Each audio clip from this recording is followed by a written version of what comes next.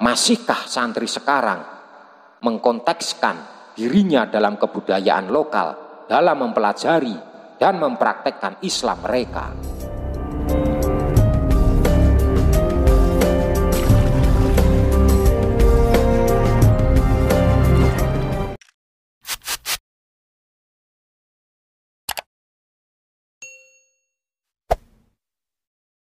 Syariah secara etimologis bermakna jalan untuk membuatnya jelas.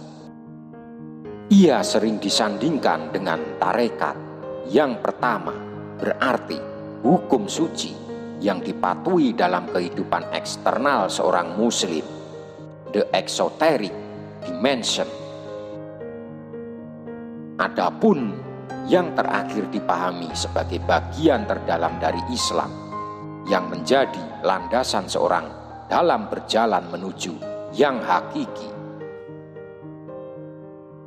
Melihat kidung dalam kacamata syariat adalah dengan mencari satu dari 5 sudut pandang religius yang ditetapkan oleh Islam terhadapnya. Apakah kidung, nyanyian yang lahir dalam kebudayaan Jawa itu wajib direkomendasikan, dilarang, tidak disukai, atau boleh-boleh saja? Cara yang ideal untuk menjawab ini adalah dengan merujuk kepada fatwa-fatwa para ulama yang ahli di bidang fikih dengan segala kerumitannya. Meskipun begitu, cara yang lebih efektif bagi saya adalah dengan melihat bagaimana para kiai Jawa bergumul dengan kidung, nyanyian daerahnya sendiri, selama berabad-abad sejak Islam masuk.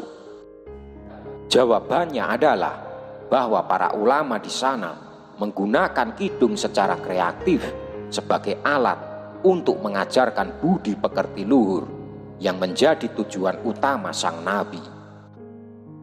Hal ini misalnya dapat dilihat dari salah satu kopian dari kidung Rumeksa ing Wengi dalam sebuah manuskrip santri di Jepara pada tahun 1809. Manuskrip ini adalah milik seorang bernama Muhammad Arif.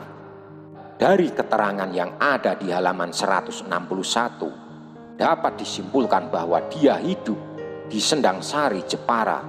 Pada halaman yang sama juga disebutkan silsilah keluarga Arif yang kembali ke Bani Adni di Hadramaut. Ada beberapa catatan tahun dalam manuskrip setebal 283 halaman ini yang menunjukkan tahun mulai 1809 hingga 1850. Kontennya secara umum adalah catatan seorang santri belajar agama Islam dalam konteks Jawa. Konteks Jawa inilah yang menjadikan kidung Rumeksa ing Wengi ini sebagai salah satu bahan ajarnya. Kidung ini sangat terkenal di Jawa sebagai karya dari Sunan Kalijaga. Dan cukup banyak manuskrip yang mengabadikannya. Namun sedikit sekali karya tulis, untuk bilang belum ada, yang melihat kidung ini sebagai bahan ajar di pendidikan Islam di masa lalu. Salinan manuskrip kita di atas unik karena membuktikan bahwa kidung adalah sesuatu yang diajarkan kepada santri dalam rangka belajar Islam. Semakin penting lagi dipertimbangkan bahwa dalam belajar Islam, seorang keturunan Hadrami tidak hanya belajar mengagungkan Nabi dengan bersolawat dan memahami Al-Quran melalui kitab tafsir, namun ia juga mempelajari kidung, mocopat, dan aksara Jawa. Atau dia mempelajari Islam dan menyadari konteks di mana Islam hendak ia praktekkan. Dari sudut pandang sejarah, kidung-kidung Jawa adalah alat untuk para kiai dan wali mengajarkan Islam di Jawa. Ia diisi dengan ajaran-ajaran budi pekerti luhur, akidah, keimanan kepada Tuhan Yang Esa dan para nabi, serta tuntunan untuk selalu menjalin hubungan dengan ilahi. Ini adalah pesan inti Islam yang diformalkan dalam syariat Islam.